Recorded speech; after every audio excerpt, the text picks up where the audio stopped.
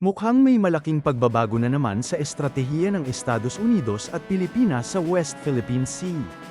Pero ang tanong, simpleng pagpapatayo lang ba ito ng bagong pasilidad ng Philippine Coast Guard? O ito na ba ang simula ng mas malawak na plano upang palakasin ang depensa ng Pilipinas laban sa tumitinding tensyon sa South China Sea?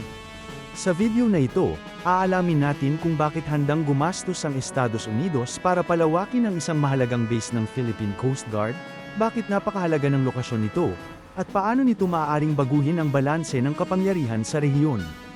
Kaya siguraduhin panoorin ninyo hanggang sa dulo dahil may isang detalye sa proyektong ito na maaaring maging game changer sa seguridad ng Pilipinas.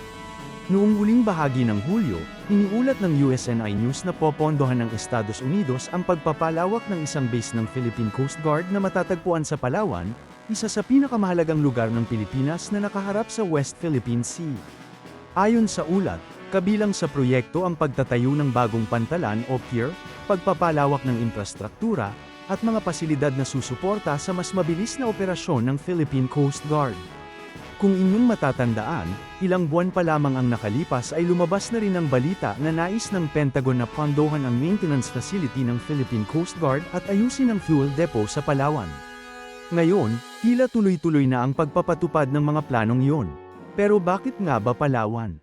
Hindi ito aksidente. Ang Palawan ang pinakamalapit na malaking lalawigan ng Pilipinas sa ilan sa mga pinakapinagtatalunang bahagi ng West Philippine Sea.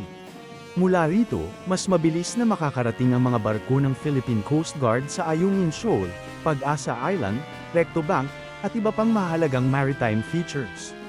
Sa madaling salita, kung mas mabilis ang deployment ng Coast Guard, mas mabilis ding makakatugon ng Pilipinas sa anumang insidente sa dagat. At hindi lang yon. Isa sa mga pinakamahalagang bahagi ng ulat ay ang planong gamitin ng pasilidad bilang tahanan ng kauna-unahang dedikadong drone unit ng Philippine Coast Guard. Ibig sabihin, hindi na lamang barko ang magiging sandata sa pagbabantay sa karagatan.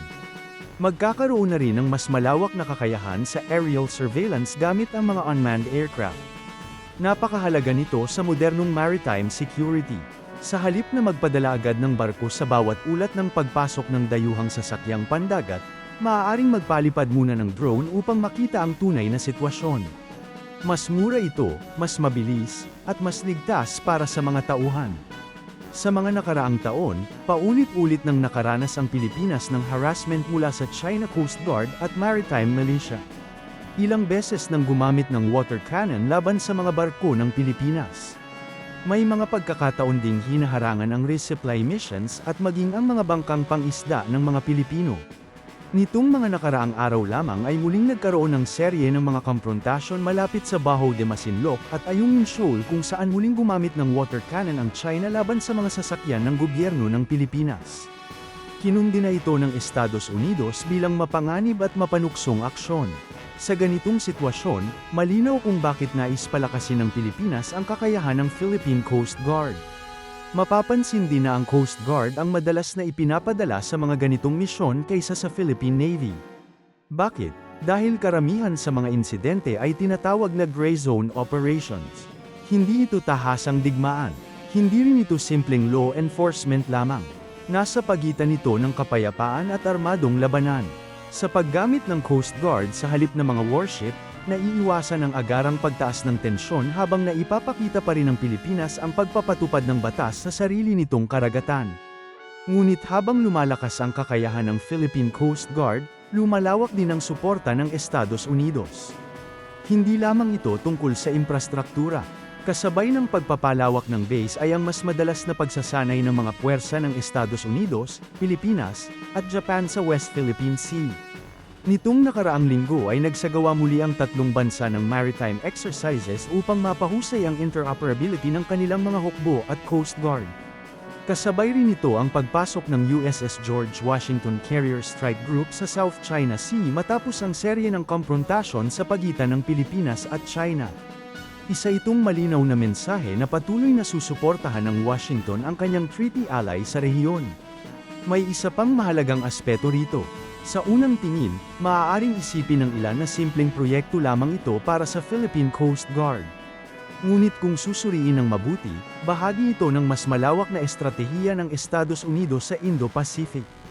Bukod sa pagpapalawak ng mga pasilidad sa Palawan, nauna na ring inanunsyo ang mga plano para sa maintenance facilities, fuel depots, at iba pang logistics infrastructure na maaaring gamitin sa panahon ng humanitarian missions, disaster response, at maging sa panahon ng krisis.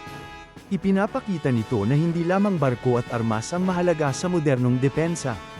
Mas mahalaga ang kakayahang mag-refuel, mag-repair, at mabilis na makapagpadala ng mga unit sa mga lugar na nangangailangan ng agarang respond. Samantala, patuloy ding pinapalakas ng Pilipinas ang presensya nito sa Pag-asa Island kung saan nagbukas kamakailan ang bagong Coast Guard base upang magsilbing command center para sa patrol, search and rescue, environmental protection, at pagpapatupad ng batas sa karagatan. Kapag pinagsama-sama ang mga proyektong ito, makikita ang malinaw na direksyon. Hindi lamang basta bumibili ng bagong barko ang Pilipinas. Unti-unti rin itong binubuo ang buong network ng suporta na kinakailangan upang maging epektibo ang mga barko, eroplano, drone, at mga tauhan nito. Ngayon naman, pag-usapan natin ang posibleng reaksyon ng China. Malamang natututulan ng Beijing ang pagpapalawak ng base dahil matagal na nitong kinokondena ang lumalalim na kooperasyon ng Estados Unidos at Pilipinas. Sa pananaw ng China, anumang bagong pasilidad na susuportahan ng Amerika ay maaaring gamitin sa hinaharap para sa mas malawak na military cooperation. Ngunit sa panig ng Pilipinas, malinaw ang posisyon ng pamahalaan. Ang mga proyektong ito ay para sa pagpapalakas ng kakayahan ng sariling Coast Guard, pagpapatupad ng batas sa loob ng Exclusive Economic Zone, at pagprotekta sa mga mangingisdang Pilipino. Sa huli, ang pinakamahalagang tanong ay ito: makakatulong ba talaga ang bagong base upang mabawasan ang mga insidente sa West Philippine Sea? Ang sagot ay maaaring hindi agad. Hindi kayang lutasin ng isang bagong pantalan ang matagal ng territorial dispute. Ngunit maaari nitong palakasin ang kakayahan ng Pilipinas na magpatrolya, magbantay, tumugon sa mga insidente, at protektahan ang mga mamamayan nito sa dagat. At habang dumarami ang mga bagong barko, drone, surveillance systems, at modernong pasilidad, unti-unting nabubuo ang isang mas matatag na Philippine Coast Guard na mas handang harapin ang mga hamon sa West Philippine Sea. Sa mga susunod na taon, malalaman natin kung ito ba ay magiging isa sa pinakamahalagang proyekto sa maritime security ng Pilipinas o simula lamang ng mas marami pang proyektong susuporta sa modernisasyon ng ating mga puwersang pandagat. Ano sa tingin ninyo? Ang pagpapalawak ba ng base ng Philippine Coast Guard sa tulong ng Estados Unidos ay tamang hakbang upang mapalakas ang seguridad ng Pilipinas, o maaari ba itong magdulot ng mas mataas na tensyon sa rehiyon? Ibahagi ninyo ang inyong opinyon sa comment section.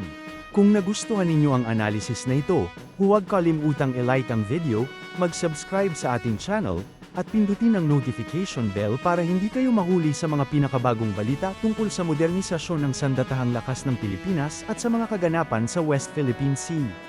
Maraming salamat sa inyong panunood.